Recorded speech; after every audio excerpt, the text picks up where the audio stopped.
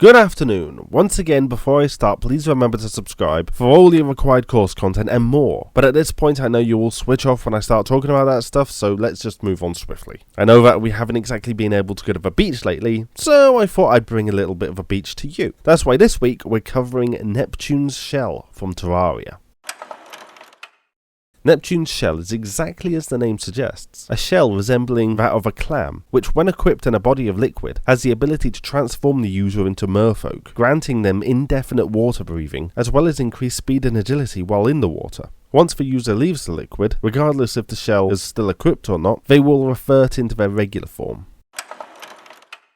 As might be expected with an item that possesses such potent and desirable abilities, Neptune's shells are considerably rare and are only possessed by a handful of creatures from the deep, which themselves only emerge during the infrequent solar eclipses. There are some that are said to have crafted Neptune's shells through combining items found at sea, as well as a number of powerful and lesser souls. However, this may simply be the result of experimentation to replicate its effect. In spite of these attempts, the true way in which a shell functions is unknown. It is unlikely that the item is merely part of a creature from the deep, utilized to mimic its abilities, as a person is transformed completely into merfolk. Furthermore, the creature from the deep only bears a passing resemblance to merfolk, indicating that the shell is somehow imbued with the power, possibly magically, rather than being natural. While the item itself, although intriguing, is relatively straightforward in its abilities, it is the creature it transforms a user into, which is the especially remarkable aspect. This is because, to all available knowledge, there are no other merfolk known to exist in Terraria, other than the icy mermen, but despite their clear lineage with the standard merfolk, there is no direct explanation for their absence. There is the idea that the creatures from the deep are indeed merfolk, only due to some unknown reasons. They migrated into deeper waters, their physiology changing to accommodate the increased pressure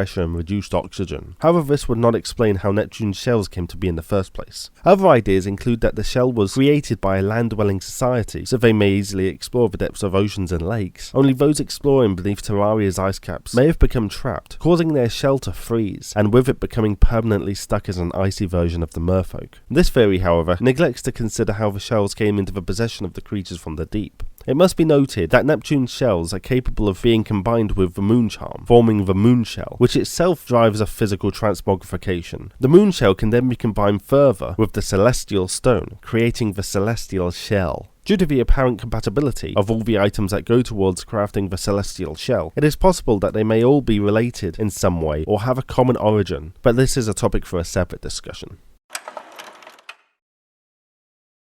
For being one of the most enigmatic items Terraria has to offer, Neptune's shell is up there with some of the most mysterious items covered in this course. This, along with its rarity and its relatively powerful effects, means that it can easily be assigned the artifact rating of remarkable.